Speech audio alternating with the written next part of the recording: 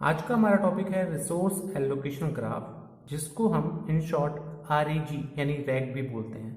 देखिए ग्राफ क्या होता है। A graph G is a set of vertices and set of edges.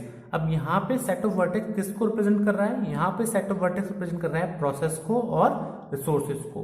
Last lecture में हमने बताया था प्रोसेस को हम यहाँ पे रिप्रेजेंट करते हैं सर्कुलर फिगर से, जैसे कि इस वाले डायग्राम में देखिए यहाँ पे ये क्या है हमारा प्रोसेस P1।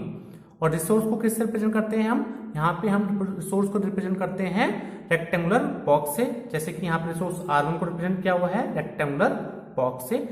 और हमें ये भी याद रखना होगा रिसोर्सेज दो तरह के होते हैं, सिंगल इंस्टेंस रिसोर्स और multiple instance resource. Single instance resource को हम एक डॉट या विदाउट डॉट रिप्रेजेंट करते हैं, और मल्टीपल इंस्टेंस रिसोर्स को जितने भी उसके कॉपी होंगी यानी जितने भी उसके इंस्टेंसेस होंगे उसको उतने से हम रिप्रेजेंट करेंगे। जैसे कि इस डायग्राम में R1 क्या है? मल्टीपल इंस्टेंस रिसोर्स है, जिसके दो इंस्टेंसेस हमारे पास मौजूद हैं। ठीक है, यहाँ पे दो डॉट यहाँ पे रिप्रेजेंट किए हुए हैं। इसी तरह से सेट ऑफ एजेस किसको रिप्रेजेंट कर रहा है? रिक्वेस्ट को और एलोकेशन को। यानी हर एक एज हमें ये बता रही है कि रिसोर्स के लिए रिक्वेस्ट की जा रही है या वो रिसोर्स एलोकेट किया जा चुका है। जैसे कि इस वाले डायग्राम में देखिए एक एज जा रही है प्रोसेस P2 से रिसोर्स R1 की तरफ। इसका मतलब क्या है? प्रोसेस P2 रिक्वेस्ट कर रहा है रिसोर्स R1 के लिए। इसी तरह से सिमिलरली एक एज जा रही है रिसोर्स R2 से किसकी तरफ? प्रोसेस P2 की तरफ। इसका मतलब क्या है? रिसोर्स R2 जो है वो एलोकेट किया जा चुका है प्रोसेस P2 को। ठीक है, ये तो बात हो गई डेफिनेशन की। अब बात करते हैं रिसोर्स एलोकेशन ग्राफ को एक हम डायग्राम की तरफ से समझने की हेल्प करते हैं। जैसे कि ये वाला डायग्राम है, इसमें देखिए रिसोर्स R1 किसको एलोकेट है? P1 को। रिसोर्स R2 किसको एलोकेट है? P2 को। P1 किसके लिए रिक्वेस्ट कर रहा है? P1 रिक्वेस्ट कर रहा है रिसोर्स R2 के लिए। इसी तरह से प्रोसेस P2 किसके लिए रिक्वेस्ट कर रहा है? रिसोर्स R1 के लिए। तो ये हमारा क्या है? रैग है। ये हमें इस समय जो सिस्टम की स्टेट है वो बता रहा है। ठीक, अब यहाँ पे देखने वाली बात है, यहाँ पे क्या है? P1 को अपना एग्जीक्यूशन स्टार्ट करने के लिए दो रिसोर्सेज की जरूरत है, R1 की और R2, जिसमें से R1 उसके पास है और R2 के लिए वो रिक्वेस्ट कर रहा है। सिमिलरली P2 को अपना एग्जीक्यूशन स्टार्ट करने के लिए किसकी जरूरत है? R1 की और R2 की, जिसमें से उसके पास R2 पहले से मौजूद है और वो R1 की लिए रिक्वेस्ट कर रहा है। तो ये हमारा रैग हो गया। अब हम एक और डायग्राम देखते हैं, ये वाला डायग्राम। इस वाले डायग्राम में देखिए यहाँ पे कितने प्रोसेस हैं आपके? 4 प्रोसेस हैं, P1, P2, P3 and P4। कितने रिसोर्सेज हैं आपके? R1 और R2। R1 और R2 दोनों ही क्या है? हमारे मल्टीपल इंस्टेंसेस रिसोर्सेज हैं। अब यहाँ पे भी सेम हम देखेंगे, P1 किसके लिए रिक्वेस्ट कर रहा है? R2 के लिए, और उसके पास क्या है? ऑलरेडी R1 है। ठीक है, R1 का एक इंस्टेंस किसके पास है? P3 के पास। P3 को और किसी की जरूरत नहीं है अपने एग्जीक्यूशन स्टार्ट करने के लिए।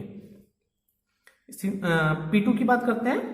P2 में P2 के पास क्या है? R2 का एक इंस्टेंस है और उसको R1 का एक इंस्टेंस चाहिए। इसी तरह से R2 का एक इंस्टेंस किसके पास है? P4 के पास। तो ये हमारा एक डायग्राम है। अब देखिए इस पहले वाले रैग की बात करते हैं। इस वाले रैग में P1 को इसकी इच्छा है, उसके पास ये पहले से मौजूद है, लेकिन जिसकी इच्छा उसके पास है वो किसके पास है? P2 के पास। तो यहाँ पे P1 अपना एग्जीक्यूशन कभी भी स्टार्ट नहीं कर पाएगा जब तक P2 इसको फ्री नहीं करता, और P2 इसको फ्री नहीं करेगा क्योंकि उसको अपना एग्जीक्यूशन स्टार्ट करने के लिए किसकी जरूरत है? R1 की। तो यहाँ पे हम देख सकते हैं क्लियरली यहाँ पे डेडलॉक बना हुआ है। दूसरी पहचान क्या है? अगर हमारे पास रैग में पूरे सिस्टम में जितने भी रिसोर्सेज हैं सभी सिंगल इंस्टेंस रिसोर्सेज हैं और वहां पे एक साइकिल आती है, यानी वहां पे एक साइकिल मौजूद है, तो वो क्या कहलाएगा? वहां पे हम 100% डेडलॉक कहलाते हैं। जैसे कि यहां देखिए P1 से हम गए R2 पे, R2 से हम किस पे जा सकते हैं? P2 पे, P2 से वापस R1 पे और R1 से किस पे? P1 पे। यहां पे क्या एक साइकिल मौजूद है, साइकिल है, यानी P1 से स्टार्ट करके हम वापस P1 पे आ सकते हैं। तो यहाँ पे क्या है? डेडलॉक मौजूद है। ध्यान रखिएगा कंडीशन क्या है डेडलॉक की? रिसोर्स एलोकेशन ग्राफ में सारे के सारे रिसोर्सेज अगर सिंगल इंस्टेंस हैं और वहां पे साइकिल मौजूद है तो वहां पे क्या है? डेडलॉक होता है। इसी तरह से इस वाले डायग्राम में देख लेते हैं। यहां पे R2 के दो इंस्टेंस हैं, जिसमें से एक किसके पास है, P4 के पास। R1 के दो इंस्टेंस है, एक किसके पास है, P3 के पास। अब ये सिचुएशन जो है इसी तरह से है जो हमारे पहले वाले डायग्राम में थी कि P1 को अपना एग्जीक्यूशन करने के लिए किसकी जरूरत है, R2 की। उसके पास मौजूद क्या है पहले से, R1 की। इसी तरह से P2 को अपना एग्जीक्यूशन स्टार्ट करने के लिए किसकी जरूरत है, R1 की। उसके बाद पहले से मौजूद क्या है, R2। अब यहां पे देखिए P4 अपना एग्जीक्यूशन कर सकता है क्योंकि उसको और किसी की जरूरत नहीं है, जिसकी जरूरत थी वो उसके पास पहले से मौजूद है। तो जैसे ही एग्जीक्यूशन अपना फिनिश कर देगा तो उसके बाद हमें क्या मिलेगा, ये जो इसका इंस्टेंस है ये फ्री हो जाएगा। यानी R2 के पास एक इंस्टेंस जो है वो P2 के पास है और एक इंस्टेंस क्या हो चुका है, हमारा फ्री हो चुका है। चलिए इसी तरह से प्रोसेस P3 को अपना एग्जीक्यूशन करने के लिए किसी और रिसोर्सेज की जरूरत नहीं है, एक ही रिसोर्स चाहिए, वो भी R1 जो उसके पास मौजूद है। इसी तरह से P3 जब अपना एग्जीक्यूशन फिनिश कर लेगा तो इंस्टेंस जो है R1 का वो फ्री हो जाएगा। यानी अब R2 का एक इंस्टेंस P2 के पास है और एक इंस्टेंस जो है वो फ्री है। अब जो फ्री वाला इंस्टेंस है वो किसको दिया जा सकता है, वो P1 को दिया जा सकता है। यानी P1 को वो इंस्टेंस हमने दे दिया, ठीक है। इसी तरह से R1 का एक इंस्टेंस जो फ्री हो चुका है वो हम किसको दे सकते हैं, P2 को। वो हमने उसको P2 को दे दिया। तो इसी तरह से P1 की जरूरत पूरी होगी, P2 की जरूरत पूरी होगी। यहां पे क्या है, डेडलॉक मौजूद नहीं है। देखिए यहां पे साइकिल होने के बावजूद यहां पे डेडलॉक नहीं है, ठीक है।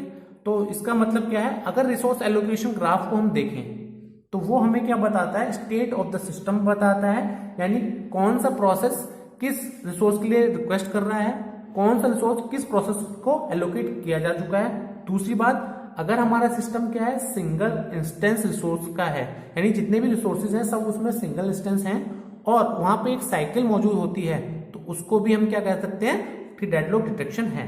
यानी रैक का काम क्या है, डेडलॉक डिटेक्शन का भी है, वो हमें डेडलॉक डिटेक्ट करने में हेल्प करता है। लेकिन कंडीशन ये है कि सारे सिस्टम में जो रिसोर्सेज हैं वो सिंगल इंस्टेंस होने चाहिए। यानी यूजफुलनेस ऑफ रैक क्या है, it is able to detect whether system is in deadlock और not for a single instance resource system by detecting a cycle. अगर हम यूजफुलनेस ऑफ रैक की बात करें, क्या है, it is able to detect whether the system is in deadlock और not for a single instance resource system by detecting a cycle. आज का टॉपिक हमारा यहीं खत्म होता है। अगले टॉपिक में हम बात करेंगे डेडलॉक डिटेक्शन की, जिसमें एक और एल्गोरिथम आती है, बैंकर्स एल्गोरिथम की। Thank you.